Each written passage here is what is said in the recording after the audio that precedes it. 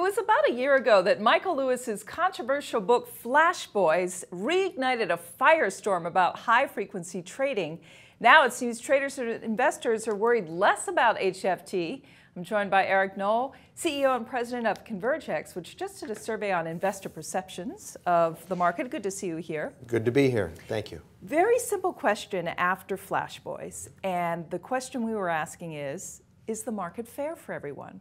You asked that same question in your survey. What did you find? Well, we found that the perceptions, and they've shifted a little bit, but the perceptions of our customer base, which is primarily buy-side institutional investors, about 60% of them still find the market unfair, even a year after Flash Boys, which I thought was a very striking number. What do you attribute that to? Well, I think there's a couple things that drive that. One is I think there's been some discomfort in the institutional investor community for much of the past 4 or 5 years about the way our market structure's evolved, and whether that's high-frequency trading, whether that's dark pools, whether it's order types, whether it's market data.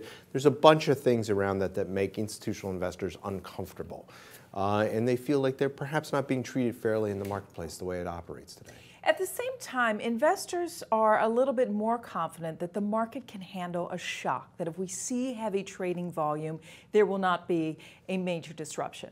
Yeah, what really jumped out at me during this thing was that a couple of different things in our survey. One was a real concern about fairness, but on the other hand, a growing confidence that the market can handle what it's doing and how it works.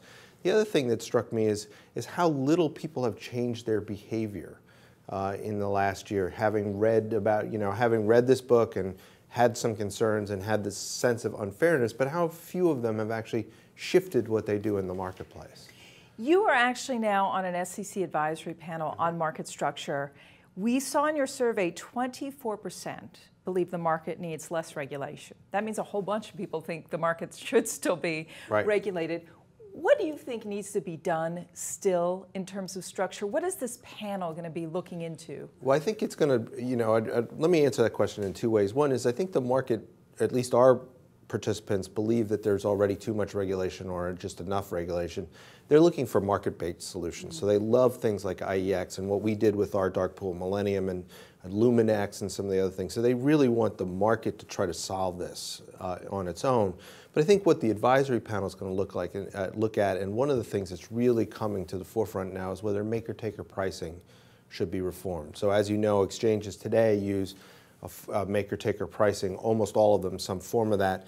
Mary Jo White, the SEC chairman, raised that as an issue this past week in one of her speeches, and she's talked about bringing that to this advisory panel, and I think it's going to be the issues we're going to tackle early on.